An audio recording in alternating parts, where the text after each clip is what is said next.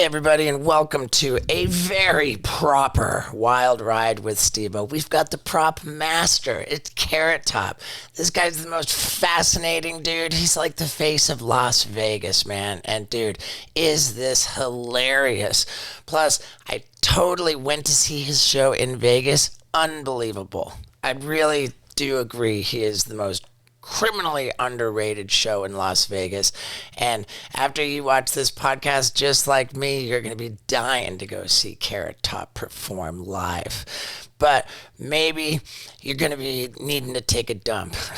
Well, bring your Steve-O's butt wipes for your butthole with you.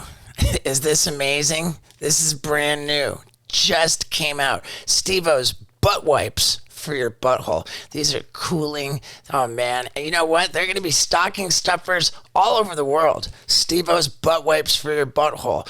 And man, when the holidays kick in and everybody's stressing out, running late, got to get the gifts. If you're somebody who sells stuff online, you might be kind of stressed out. Backed up with orders, gotta get them out. But we're not gonna be worrying about it because we use ShipStation. We're gonna be getting Steve-O's butt wipes for your butthole into every stocking. Consider stocking stuffed when you work with ShipStation. If you're an e-commerce person, then you have to have ShipStation for the holidays. And guess how generous ShipStation is? They're going to hook you up with 2 months free, a 2-month free trial. All you got to do is go to ShipStation.com and use the promo code Steve-O. And you're off to the races with a 60-day free trial. That's with all the best rates from the big carriers like FedEx, UPS, Post Office. Man, it's all in one easy-to-use interface. You print out your labels, you slap them on, and they're gone. Like, I swear that is how we do it, because everything that we ship from Steve-O.com is with ShipStation, like the brand new Steve-O's butt wipes for your butthole. God, I'm so glad. I've wanted these forever. And I don't have to worry about getting them to my customers because online shipping is so easy with ShipStation. You got to try it. So one more time, go to ShipStation.com and use the promo code Steve-O and make ship happen. All right, let's get into this. Ladies and gentlemen, Carrot Top. What's happening, buddy? Yeah. This is, to be honest, the last time I hopped in a random van off in a parking lot was Dr. Kevorkian. So that's when I used to come hopping in an unknown van. I come out of here alive. Dr. Kevorkian, man, he is it safe to say his crime was not killing people? It was actually just being an arrogant douche. Yeah. I used to one of my very first props. It was like a little rubber duck with an extension cord. It was Dr. Kevorkian's bathtub toy. Simple. It's great. Classic. My manager last night was telling me, dude, Carrot Top is he gets such a hard time. He's the most criminally underrated show in the world. Yeah. Maybe. Yeah. I like criminally underrated. That's great. Yeah. Yeah, you know what's kind of weird because I've been doing this almost 37 years. Yeah. I started in 1985, and for so so long they would give me so much shit like all the time, and then finally, after 37 years, you're like, did I make the cut? Did I make the club? Right. Can I go to the barbecues now? I mean, I've been in I think I've done my time, so it's lessened a little bit. And I always find it shocking when people do come to the show, and the first thing they say is, "Wow, that was really good." No, they're shocked it would be. Right. Oh man, I didn't want to come, but it was really kind of good. You get that, I'm sure too, right? I've always hated you. I love that one. I've always hated you. I hate comedy, but it was good. It was kind of fun. It was kind of fun. Yeah. It was actually pretty good. I thought it was actually pretty good. Good. Thank God. 'Cause I thought it fucking blew. So thank you. How does that work? Were you touring before, and then all of a sudden you get a Vegas residency, or yeah? How does that work? Like you've been doing the comedy club circuit, the theater we circuit. were doing all that, doing the clubs and colleges. That was my main thing. Colleges. I do 2 a day.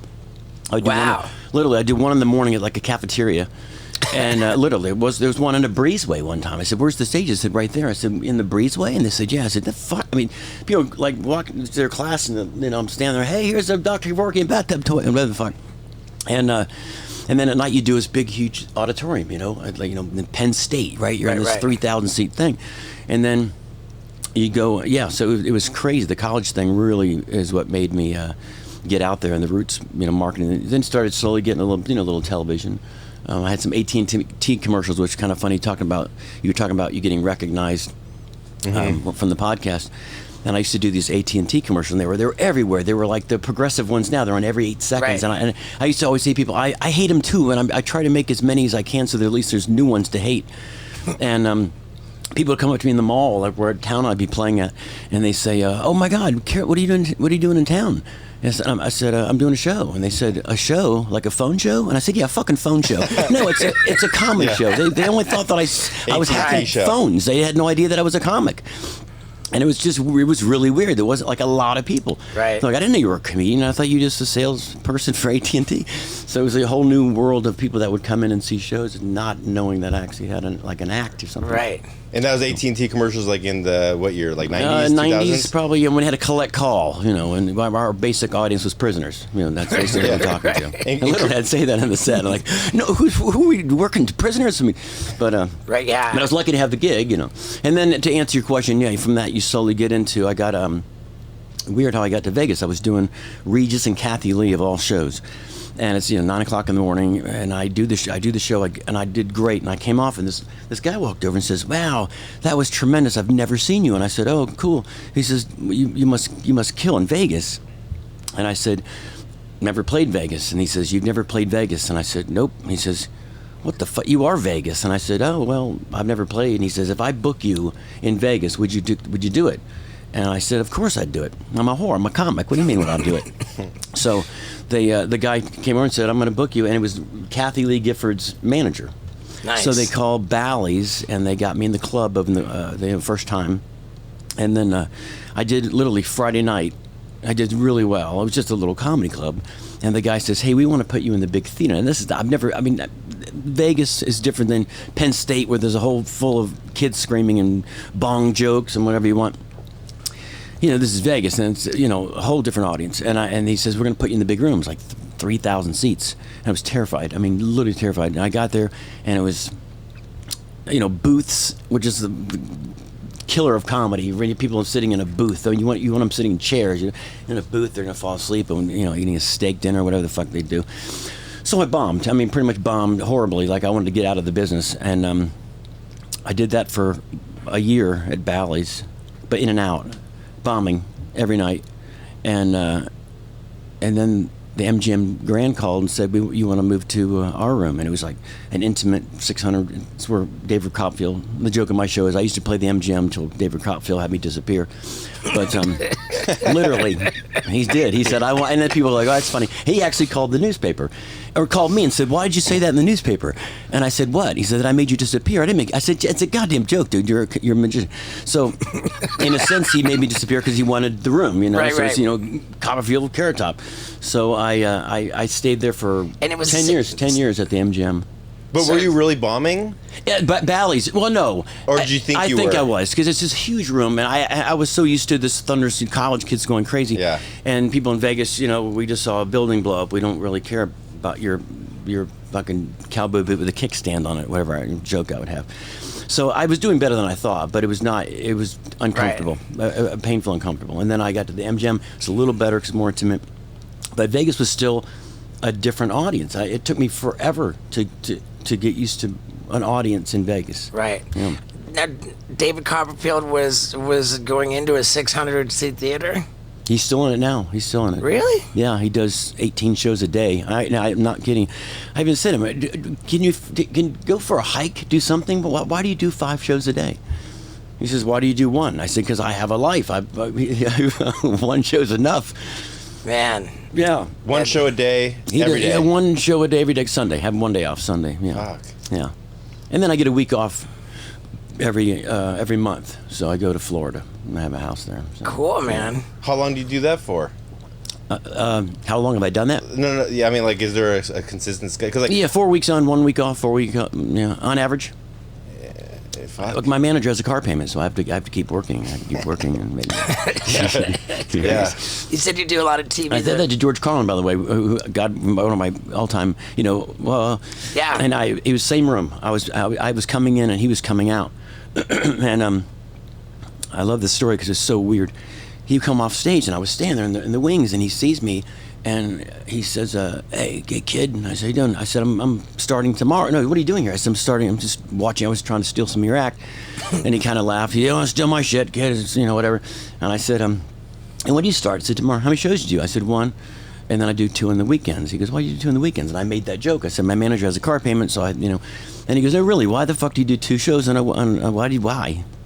And I said, well, I figure if I fuck up the first one, I get a second shot at it. And he got all in my face. Never give the audience the fucking upper. Never ever cut yourself short. You do your shit and you fucking do the way you do it. They don't like it, fuck them. And he walked off and I was like, well, that went well, And I looked at his manager. I said, I'm gonna go. And he said, no, dude, he fucking loves you. Just stay. He wouldn't talk to you like that if he didn't love you. And sure enough, I waited around 5 minutes. He said, hey, and brought me back in his room. And we didn't talk about anything else, just life. He didn't talk about that. He just didn't even ask about my comedy. He just said he was a fan. He said, I like that. I like your shit. I had a joke that he said, I like that shit. How the fuck is a great joke? It was a telephone, paper cups and string telephone. The old cup. Yeah. And I used to do this is a long time ago. I said they need a new version, the updated version of the stupid paper cups and string, right? There should be one for today's world. And I have a second cup that came out for call waiting. I just have to call you back. I have another call. Hey, yeah, I'll call you back. I'm on the phone. And then I have like 3 cups. It was conference calling, and then it was a clear cup for caller ID. I know it's you, fucker. I'm looking at you. Pick up. And he fucking loved it. He kept saying, that's fucking funny as shit. And I said, thanks, George. Thank you. Yeah, George Carlin's it, man. Yeah. And for him to, to give you the blessing. Right.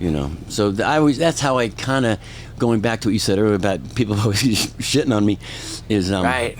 At the end of the day, when they do or someone does, I always think to those moments. You know what I mean? Some guy in his attic in Nebraska saying I fucking suck, and then you got George Carlin saying you're a funny fucker. So right. That's how you keep your sanity. And I've been in the same boat. Like I got into stand up. People weren't rooting for me to kill it. Steve-O was doing stand up, huh? Like they kind of roll their eyes. And I have a little bit of a George Carlin moment myself with my new show. The opening scene, because I've got multimedia, and I got like Bill Burr in it. I love Bill Burr. It's just like, and he kind of like, it's so symbolic to have him. The opening sequence is me dangling from a rope ladder, from a helicopter, like getting all flown around, and I drop onto the roof of the moving tour bus, and Bill Burr's a helicopter pilot. Oh, he really is though. He is. In the thing he is. In real life, he's in real life he's a helicopter pilot, and we filmed insert shots to cut to of him flying the helicopter, so that it appears to be him flying me around, crashing me, and all this stuff. Oh, that's great. That's very funny. And just it's so symbolic for him to get behind me and sign off on me, give me his blessing, like the way George Carlin did. Yeah, Bill Burr's brilliant. In fact, my only Bill Burr story was I went on Howard Stern, and I was again terrified. Hey man, sometimes life is scary. And the good news is that this episode is brought to you by BetterHelp Therapy Online. Man, when you get scared, it's good to talk about it. It's important to talk about it. It's crucial to talk about it. And having a therapist is the way to go. I'm so glad that I have my therapist. I just had this really important session with him because I was really sad about something that I didn't want to talk to like a lot of people about, private stuff, and I got my therapist, and I felt a lot better after I talked to him. I really think that it can help you, can help everybody. You want to take care of your mind, your feelings, just like you take care of your car or your body. You're going to work out at the gym. Why don't you keep yourself in fitness, your emotional, mental fitness? And the way to do it is with BetterHelp.com. That's BetterHelp.com/Stevo. And this is where you get the most convenient, accessible, affordable, and quality therapy with no driving, no like waiting rooms, no nothing. Just the easy, accessible, convenient, quality, affordable therapy. And if you go to betterhelp.com/Stevo, then you get 10% off your first month. Really helps me. I think it can really help you. So one more time, go to betterhelp.com/Stevo. And that's going to help you when you're scared. Let's hear about Carrot Top at Howard Stern. They sit in this little room outside. You probably maybe have done Yeah. 1,000 times, right? So they sit in the room and then they talk about you before they bring you in. Right. And you sit there and you're just me and my publicist, and he's just going on and on and on, and Carrot, thing, and you're like, oh God, bring him in. Yeah, it could go either way with Howard. Oh yeah. And I walked in. He says, Carrot Top, and I said, how's it going? He goes, You're like a normal guy. And I said, what do you think? He said, I got to be honest, I don't know. I thought you're some fucking weird freak dude. I mean, I'm a freak dude, but Yeah. But it couldn't have been more love, and so it was going great. And he says, "Do you know who Bill Burr is?" And I said, "No." And he says, "Really? Play the Bill Burr." I haven't. It's great. Play the Bill Burr thing. So it's Bill Burr just fucking going coals on me. I mean, just right. I mean, just bad. And then it ends, and he goes, so you don't know Bill? And I said, well, I guess I probably, I don't think I want to meet him now. Like, it was horrible. And then when I finally meet him, he was like, dude, I'm so sorry. Like, he came and hugged me and said, I was just fucking, comic to comedy, just fucking around, but I love you. And he did. He came to the show. We're great friends now. Right. But it was horrifying when he played the tape. I'm like, okay. Yeah, when I first started doing stand-up, Dane Cook was like a mentor to me. We would like go out to the comedy clubs, and he would do his set, then I would do my set, and then we would sit down and he would give me notes. Nice.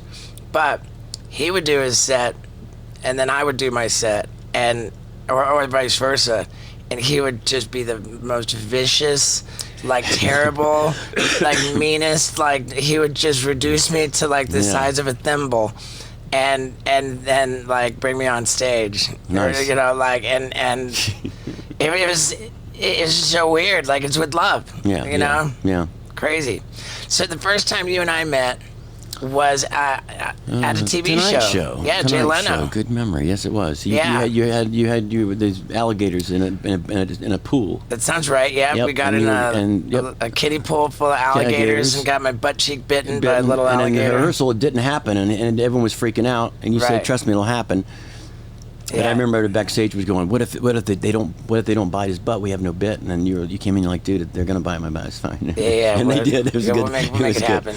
Was Mel Gibson there that day? It was, in a kilt. You're right. And I came out. I did. I came out in a kilt with that turned into pants. It was like a prop, and then I had these stupid little legs, so I had the kilt. And then I made this for guys like me, and it matched, the thing. And then it was you, me, and Mel Gibson. Yeah. On a lineup. Now, was that at the point when you were like bodybuilder man? No, I don't think so. I'm actually not. If you see me in person, I look normal size. People always think I'm bigger than I am. Right. But TV adds 10 pounds kind of thing. Right. That's why I was wanting to be in porn.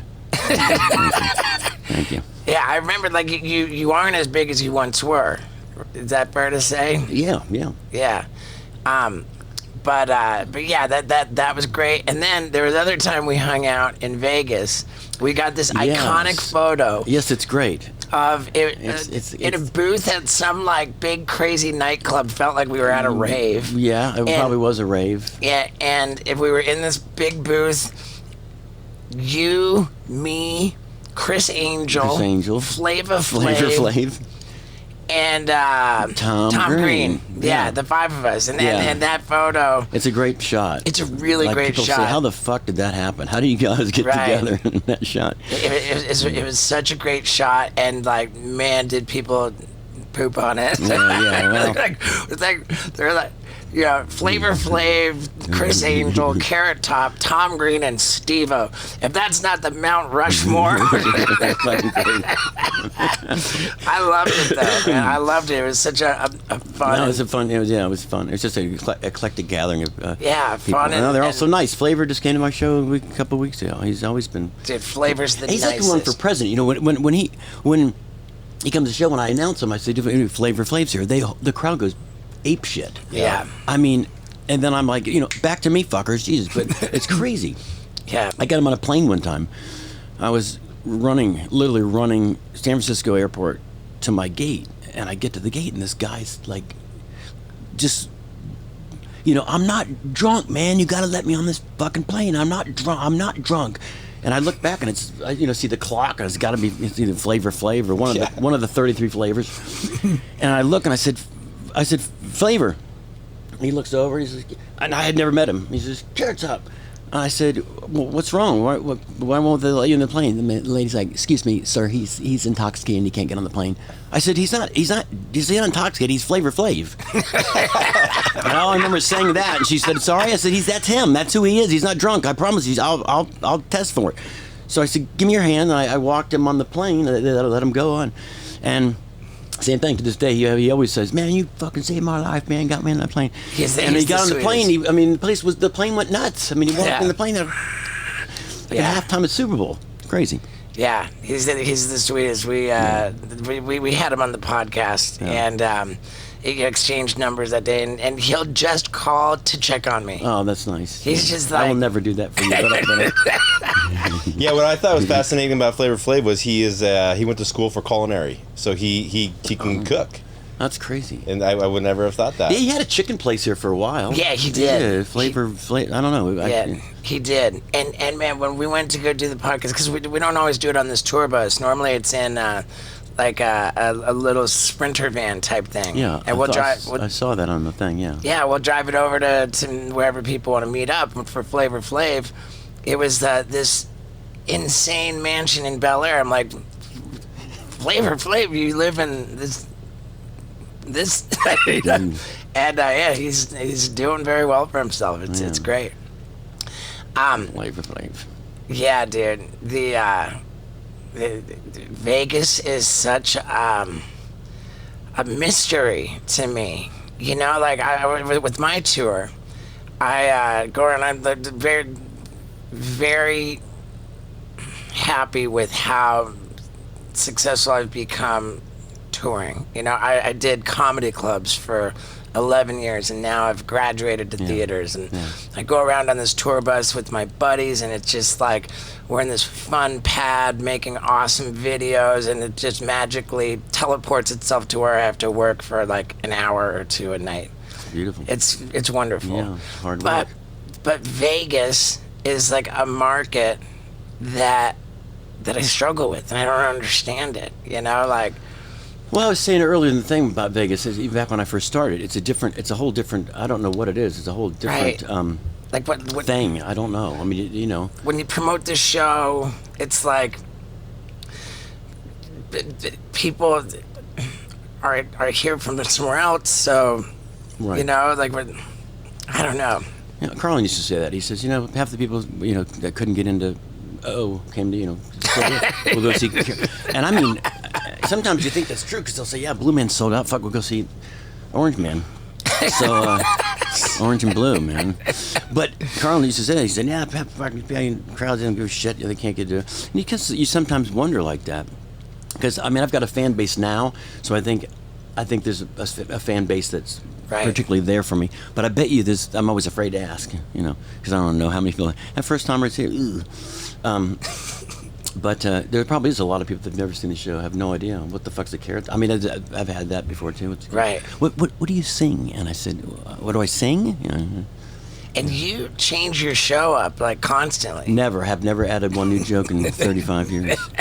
Well, I'm still doing Nixon things. It's great. It kills, which is surprising. No, I try to keep it fresh. I really pride myself in that. Almost every day there's something, whether it's a prop, or it's a one-liner, or it's a video, clip. I'm trying to think of something now with baseball, because baseball is hit high, and now they're wearing mittens. Have you seen that now? So the guy's on first base. He's got like mittens on, like actual like cooking fucking mittens. And there's all these things I talk about sports, and we're losing. Or what happened to now, can't touch a quarterback now? I need to Right. They tripped him. He tripped him. Are you tripping? I said it's fucking football. Tackle it, right? Right. So the mitten thing makes me laugh. I have a video of this guy with his mittens, but I'm going to put Martha Stewart's face over it, so it looks like Martha Stewart's going to still second because she's got the cooking mittens on. So. Right. That's great. That's when my manager. And my guy that's here is now just heard that. He's like, fuck, now I got to make that. So. Ah, that's great. Do you have a creative process like that every morning? If you got a show to do, like, do you wake up at a certain time every day? Do you okay, I got to write here, get some ideas? I never ever have done that. I've never. Never. I'm not structured at all like that. I've never said I'm going to write a joke. I mean, one day I have a whole bit in my show where I talk about I was determined to write a joke, but usually I just kind of I'll go to lunch or I'll go somewhere. I was on a plane last night for 8 hours. I'll come up with something.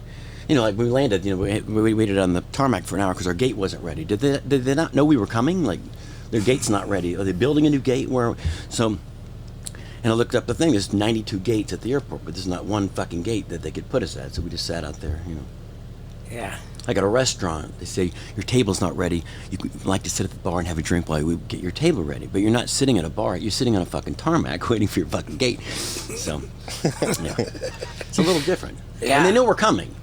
Right. We left Orlando. They know we're on our way. Right. My manager, as he was saying about how you're criminally underrated, he said that you have a workshop where, like, something children work in there, by the way, underage children. They make iPhones for you. Well, I mean, you did come up through Kathy Lee Gifford. Yeah. It's a sweatshop.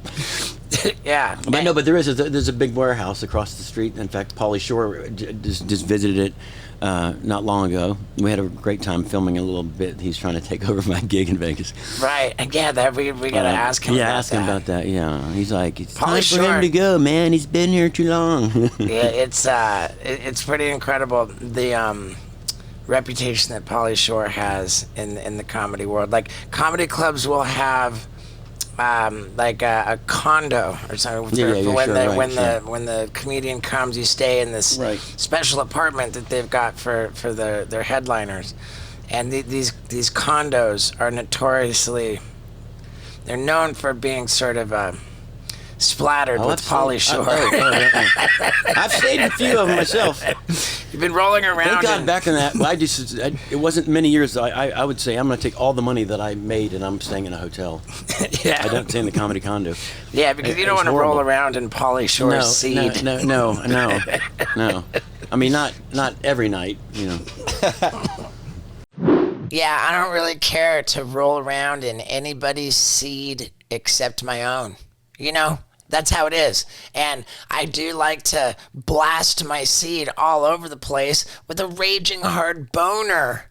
That's how I like to do it. That's how my girl likes me to do it. With a raging hard boner. And you know what helps with a raging hard boner? BlueChew tablets. If you haven't tried them yet, then I think you might be out of your mind. Especially if you're wondering, taking BlueChew tablets might be a lot of fun. Yeah, it is a lot of fun. It's got the same active ingredient as both Viagra and Cialis, except it only costs a fraction of the price. Plus, if you go to BlueChew.com and use the promo code STEVO, they'll give you an entire month's supply of BlueChew tablets completely for free. All you have to pay is $5 for shipping. Plus, with the medical provider at BlueChew.com, you don't have to go to an awkward doctor's office. No nothing. It's super simple. You get your prescription right there in a couple minutes online, and the BlueChew tablets are on the way. It only costs you $5 for shipping to get an entire month's supply of BlueChew tablets absolutely for free. So there's nothing to lose here. You can satisfy your curiosity for how much fun you're going to have with BlueChew tablets and the raging hard boner they're going to give you. Hey man, I love it. I think you're going to love it too. So one more time, go to BlueChew.com and use the promo code STEVO to get that amazing deal. You're going to thank me, and so will your wiener. Yeah, all right, let's get back to it. It's so great, man. But the writing process, I don't know how you guys get comics, but I don't. Do you do that? Do you I don't even write. I mean, it'll hit me. Yeah, I mean, and then I try it, and I don't try it out on anybody. Like, this is funny. No, I fucking do it. If I eat shit, it goes out. Yeah, you workshop it is really the way. And for me, what's happened is that my worlds have converged. So I'll decide like what I want, like a tent pole of my hour to be, and it'll be like an outrageous stunt. And then, like, the process of putting that stunt together and executing it, and it will become a bit in the show. Oh, that's great. That's what I have now. It's called the Bucket List Tour. Yeah, I saw that. And, like one of the things that I had, I was like, I want to go skydiving butt naked with another man strapped to my back and furiously masturbate so that I actually ejaculate simultaneously as I'm falling out of the airplane. And I pulled it off. You did that? Yeah, I pulled it. That's I consider it the crown jewel of my career. Oh man, I love it. Yeah, and there was shit. Sorry, I'm gonna get comfortable. So like at a Denny's. Yeah. There's one where I got a medical professional in disguise administering stolen general anesthesia drugs into my arm while I'm riding a bicycle. Yeah. So yeah, it's a different kind of comedy, you know. I love it. It's a different kind of comedy. Yeah. I mean, after like each it's bit, pretty much the same. I think. Yeah.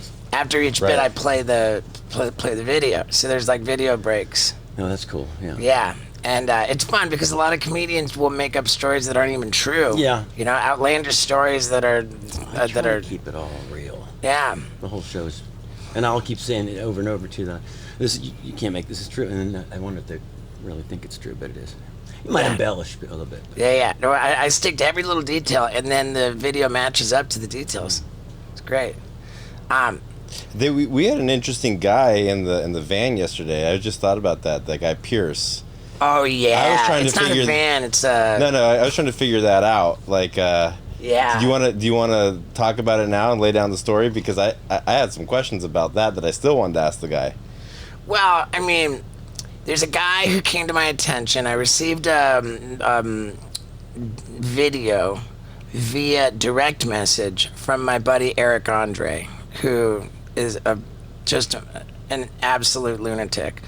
And the video was of it's like a bathroom doorway, and you're just looking at nothing, and then this guy jumps in, and you see that it's his butt, and actually like the hole in the crack, and then unbelievably out of the guy's butthole come his testicles. He poops his own balls out of his own butt, and they drop. I used to do this. Wait a minute.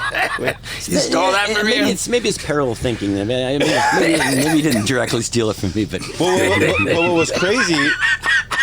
Right. It's possible that we both thought of it. What was crazy, because he's married with kids, right? He has a wife. Of course he does. But I wanted to show somebody, and so I typed in his name, and then all this gay porn stuff came up, and I was like, this guy's into gay porn. And then when we asked him about it, he was like, I'm not gay. And we were like, but you do gay porn. He's like, I'm an actor. And I'm like, and nobody called him on it, but he's like, yeah, of course I do. I'm an actor. That's great. And we're like, but do you get That's hard? So he's like, great. No, I'm married with kids, but you do gay porn. Yeah. But only when they say action. So it's different. Right. And I'm acting. And we kind of just glossed over that. Right. I mean, he filled in the details. He said that I said, because I picture, like, if you're not gay and you're in gay porn, then maybe you're just on the receiving end, and like but he said, no, there's he's like, fuck no, dude. He's all defensive. No, man, I dig chicks when they But he described this special drug, which he It thickens your blood. It's an injection of something that starts with a T. Yeah. That it's like, it thickens your blood and makes you hard as a rock for like 4 to 6 hours. You can go completely nuts, and that's how he's able to. He just perform. fucks dudes all day, which is cool. But then he goes back to his wife, where he's like madly in love with her, and he's got the kids. It's good. Like 7, 9 cocks. Oh, that's a slow day. Yeah, is that? Yeah, and the greatest guy too. Yeah, he was super cool, and that would be an interesting podcast. But I totally forgot about it until we started talking about it. I love that though. I'm not gay. I'm acting. He was like, I'm an actor. he shook his head like, he was like, why are you guys asking that? Like, no, dude, I'm an actor. Like, what are you talking about? So great, you can see it just that plain simple, right? Did you see that? I think it was a Steve Carell movie. Abracadabra. Was that with Jim Carrey and Steve Carell? It was, dude. It was really funny. When they had a residency in Vegas. Jim Carrey was like a parody of Chris Angel. It was yeah. Jim Carrey was a parody of Chris Angel. Right. And Steve Carell was a parody of David Copperfield. Yeah. Were you in that movie? No. But I saw it. I remember seeing it. They didn't have anybody. I didn't think they didn't have a Carrot Top cameo. That's fuckers. Dude, that's bullshit. I mean, is that how like a residency is like? Like you have a penthouse on the top floor of the hotel, and then you go down and do shows, or it's kind of like you do your own thing? No. Is Wayne Newton? People always think that though. Yeah, they go, oh, this. Well, like Elvis. I just saw the Elvis have that, movie. The old days, they had thing and your sweets and there's broads and Coke and no, there's ESPN at home, and that's it. And heat up some food and. And since you started doing a residency, like you kind of just been here. When I first got the room at the Luxor, I was up at the top of the, there was a big suite up there at the top. What happens up there? Horribleness, because you have to take the side elevator because it goes like this up the side. It's called an inclinator. Really? Yeah. So it moves sideways. When you're drunk, you don't feel a thing. When you're sober, you're like, what the fuck? And so you go and you stop at every floor, and everybody, by the time you get to your room, everyone's, oh, sorry, shit. Inclinator, is that real? Inclinator, yeah, the inclinator. And so it was horrible living up there. So, you have to just live with the people. Right. And so, you get, now you go on and go home and you live a normal life. And You're at the top floor of that?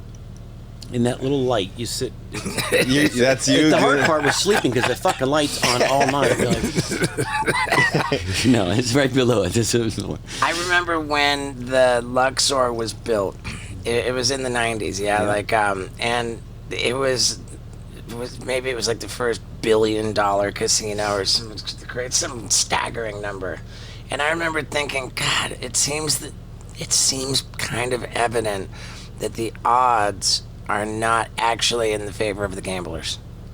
Because how are they building each new casino bigger and more like? Yeah, they made their money back that weekend. They seem to be trying their best to let you know, because everything that they put up is just more fantastic and expensive than the last, and nobody gets the message. They keep building all these.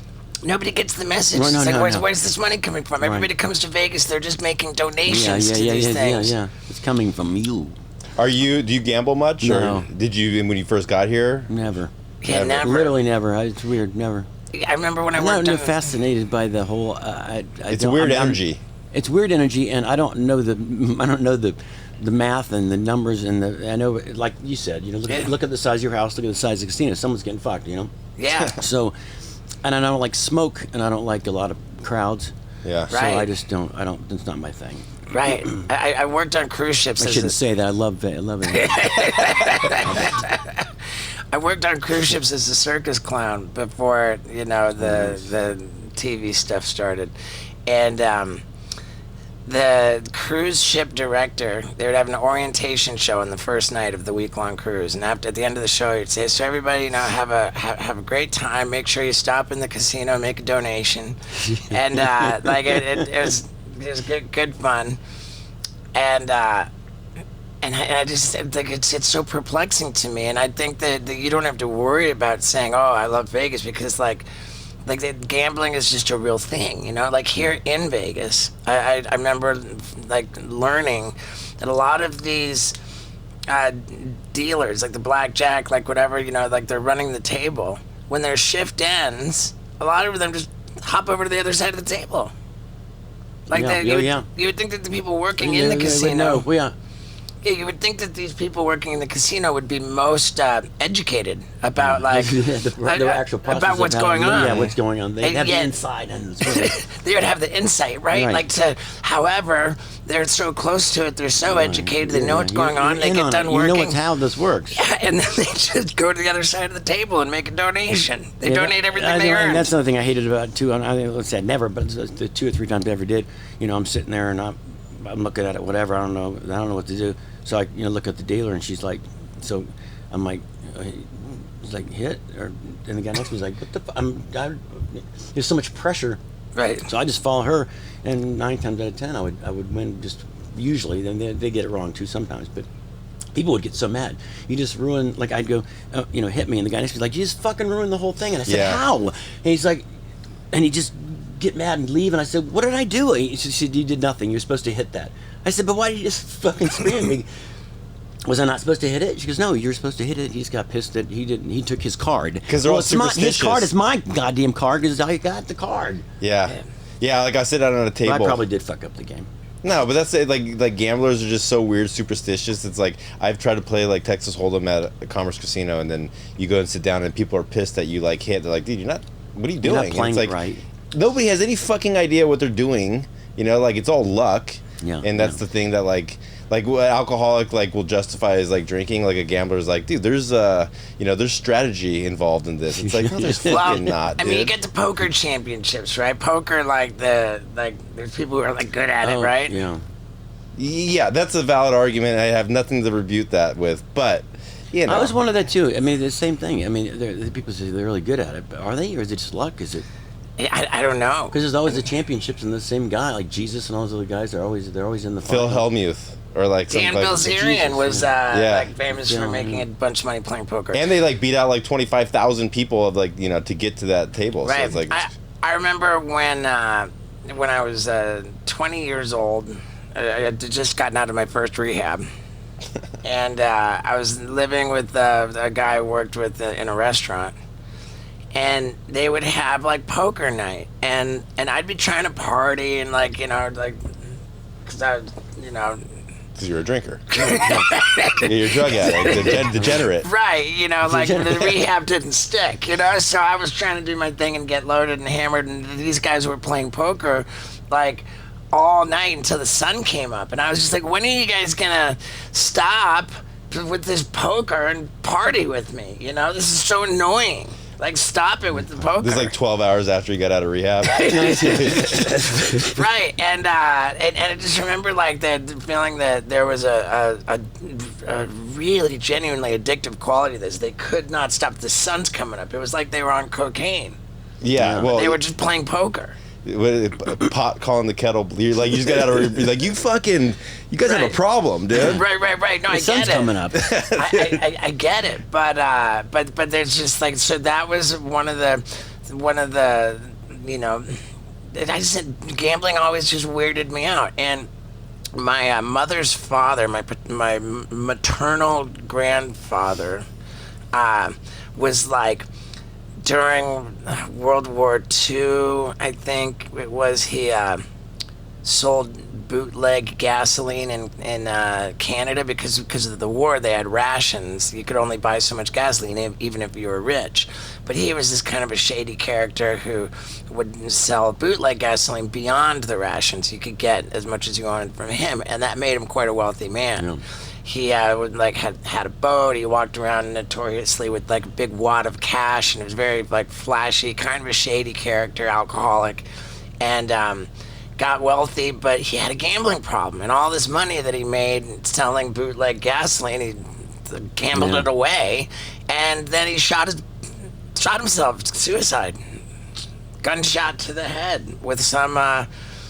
Kind of gun, gunshot that and then and that happened when I think I was a newborn baby. I never even met the guy. I don't know, but that was another there's all these things with gambling. I've never been into it. Yeah, never placed a bet in my life, except when I got paid a fairly obnoxious amount of money to promote some gambling app.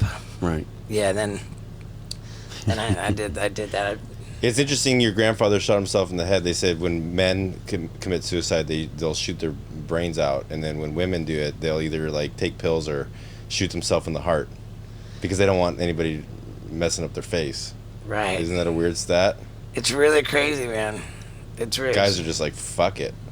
Yeah. Well, yeah. I mean, that was Makes like no a Debbie sense. Downer of a Yeah, line. thanks. Yeah, there. you for that. getting good suicide jokes? Yeah, right. Yeah, Dr. Jesus. Kevorkian's Yeah, yeah. bathtub toy.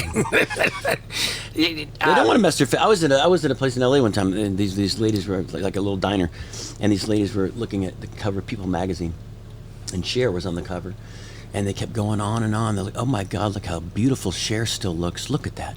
And I took everything so I said, "You know that's been photoshopped." She goes, "But still, even if Right. what the fuck?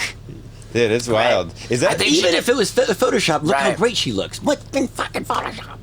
is it true that like Texas banned? Yes. That's true. Well, it was on the Texas news. banned what? They banned Filters. filters on some phone because kids are making themselves look better. And then they meet people and they're not. The skin isn't pure. And Welcome to every dating app Yeah, ever. no shit. Welcome to the world. Welcome to the right. world. I mean, It's you like- could tell when you look at someone's picture if it's been filtered or not. Jesus Christ. Or they're like taking a selfie and you don't see their stomach. Wait, and like you get there. When did this come up? Like 2 days ago or something like that. Yeah. Really? Yeah. Do you have that in your act yet? No, not yet. But it will be probably. It's pretty. I mean, I'll do it's- the. My joke will be something about. Really, here's picture me filtered, not filtered. It'd be something like that. Yeah. Picture me with the filter. I mean, because they see these, the Kardashians. They're like, oh my God, these women are perfect, and it's just like an unrealistic expectation. And so I think, even communicating with like people in real life on an app, like they don't look like that. Like people that you communicate, like half of them don't look like that at all. I do a joke in the show. I said, people. I love people when they talk about shit on me that it's like Carrot Top's had facelifts, and a face. Wouldn't I look better if I had a facelift? Number one. Secondly, this is a picture of me 2 years ago, and my picture comes up. It's just me. This is me now. And it's a picture of Caitlyn Jenner. And I said, nothing. It's the same fucking, and it fucking kills every night. Yeah. And this is me now. 2 years ago, this is me now. The fuck? Whatever. Everybody's like, Right. it's the same thing. So how long? So I'll has- maybe I'll make that instead of the facelift, say, filters. Yeah. I don't filter. This is me filter. This is me unfiltered. It's the same joke. Right. They said that you've got a video wall at your show. Yeah. That's that. How long have you had that? It used to not be a video wall. Yeah, no. I used to just be it's not a whole like we shoot up stuff. We don't have like probably you have the really nice wall, which is a projection kind of thing, but it's in a big Right. truss with lights and stuff. But for years and years and years and years, I would just have my logo on it behind me, like just Carrot Top. Right. And my lighting guy one night says, "Why don't you utilize that big screen for like jokes?" And I was Yeah. like, "What are you talking about?" And I think the first joke was it was a picture of Michael Jackson, and I'd say, "Got your nose," and it, take his thing, and the nose would go away. Got your nose, and so then it created a monster. Now I think I have 500 picture jokes, Yeah. like that kind of the Kardashian, that kind of Yeah, TED Talk. boom, here's Biden joke, boom, Trump. It just goes into it's a quick, but it's fun because there's another way to present a joke, Right. with opposed to proper. Like, how about impressions? Are there like, do you get into? No, I don't do. I'm trying to do one right now. I can't do anyone. I You can't ever do it. did like a Trump one? I mean, my Trump is just horrible. I just go, Okay. no, I think about Stella. I can't do Trump still. I think my first impression. I think I used to do Jimmy Carter when I was a kid. My mom would have bridge, and she'd come in and wake me up with all of her bridge friends and say, "Do your Jimmy Carter." And what the fuck? It's midnight. I'm like, the American people are society. And my mom was like, how fucking great is that? Who can do Jimmy Carter? I met Jimmy Carter and I told him that story and he said, "Well, that's great. That's great. That's great, son." Yeah. Bozeman, Montana. This is great. I was getting by myself before I had people to help me with so I pulled up like 6 a.m, still dark out.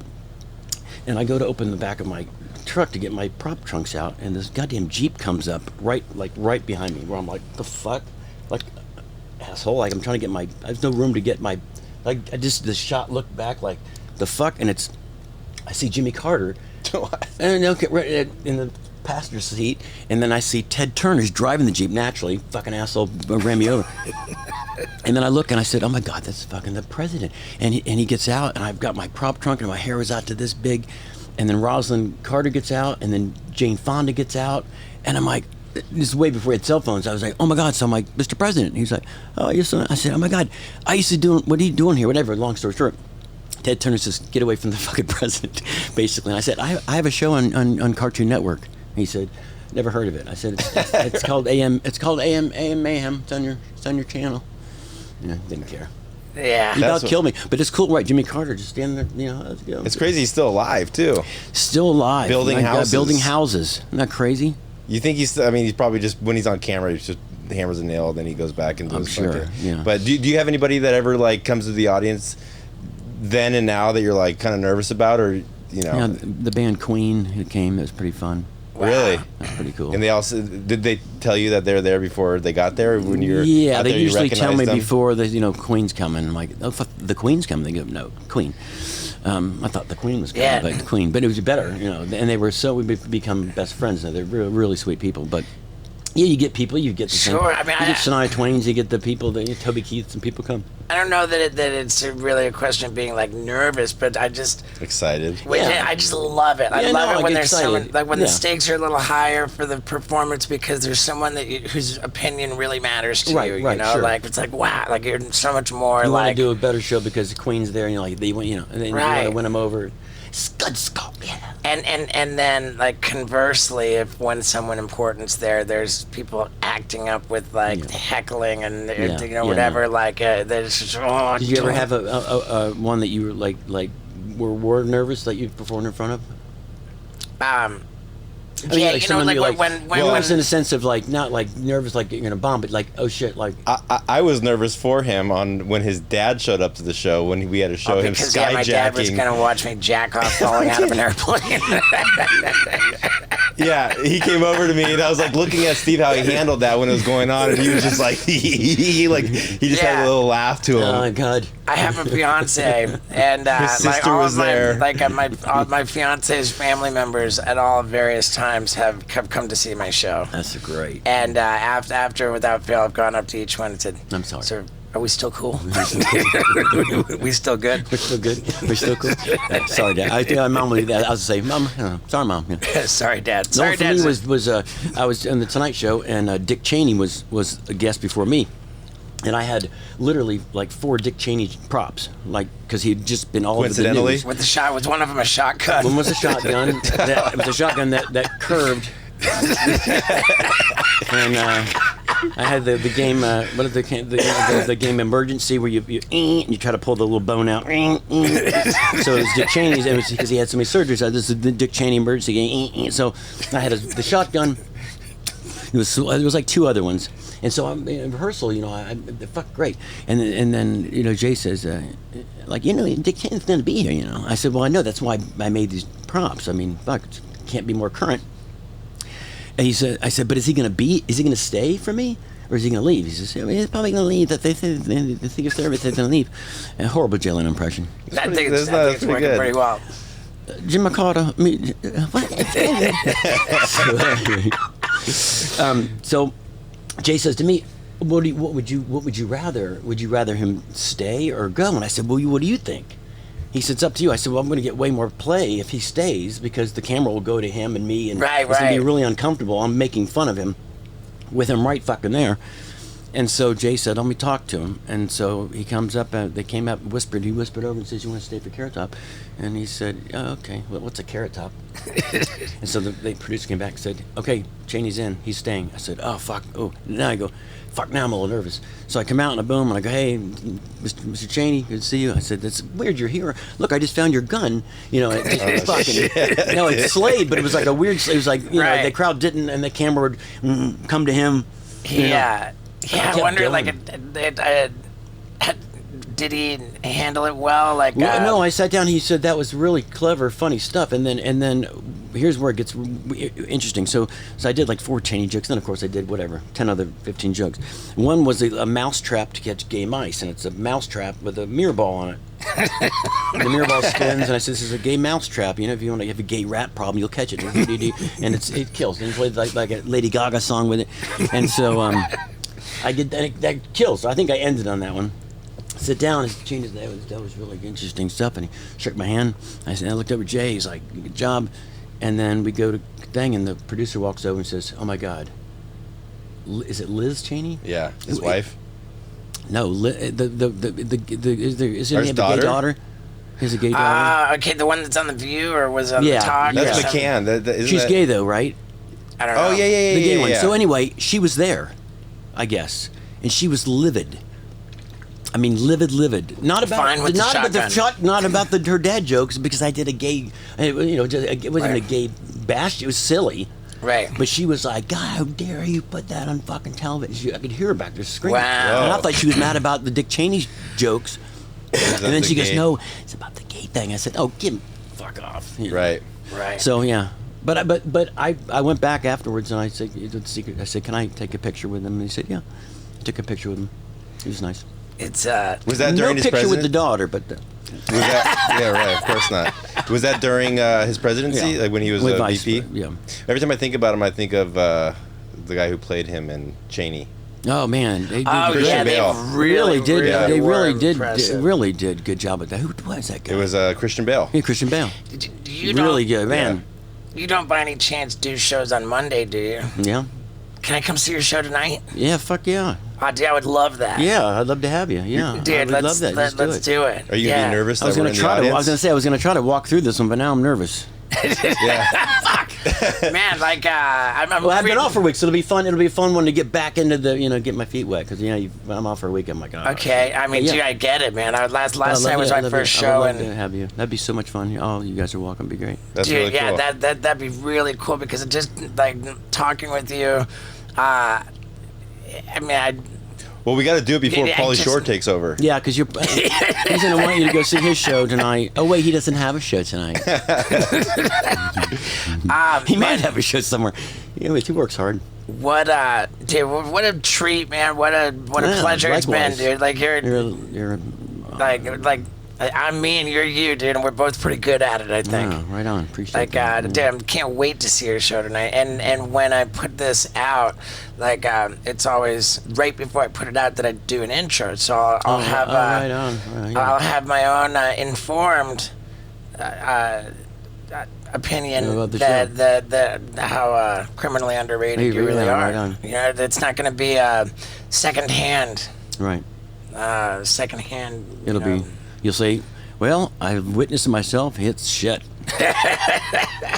People Oh, man. are right. Yeah, dude, I can't wait. And I call you Scott. Yeah. Call you Scott. Yeah. Okay, good. Well, he's Scott too. Yeah, we got two Scots. A lot of Scots in Yeah. Vegas. Well, great, Scott, man. Let's let's hang out tonight, dude. Thank Yeah, you for doing this. yeah. Is there anything that we can promote No, for yeah, you? besides we're at the Luxor, I think, right? Yeah, we got some road dates that are coming up next year. Not that big. Do you do social media like? Yeah, Carrot Top Live is my Instagram, and then Carrot Top Live. Carrot Top Live is Instagram, and Okay. then at Real Carrot Top is I think the others. I gotta believe that your Instagram is just never boring. I think it's fun. I try to keep it light, just silly, like, Yeah, like, masturbating on an airplane. I didn't bother about that. Shitting out his testicles. Shitting out my testicles. I'm telling you, that guy stole that from me. I did that in '92, I think. Dude, that Trademark like, that. That is so fun. I got to see that. You got to have to show that. Yeah, Yeah. I'm gonna. I can't wait. I look forward to it. Thank you, Thanks, Scott. Rob. Yeah, man, yeah. for Thank you sure. very much. Yeah, cheers, man. Yeah, pleasure to meet you. Yeah, Good though. Now Thanks it- for listening. man. Did you think you were gonna enjoy Carrot Top that much? Like, I thought it would be fascinating, but man, love that dude. Love that dude, and I love you too. And I wasn't kidding about Steve-O's butt wipes for your butthole. Man, I think I'm really onto something with this. I think we've found a hit. Steve-O's butt wipes for your butthole. They are available at steveo.com. Don't wait to get on that, man. Your butthole deserves it. Yeah. Thanks, dudes.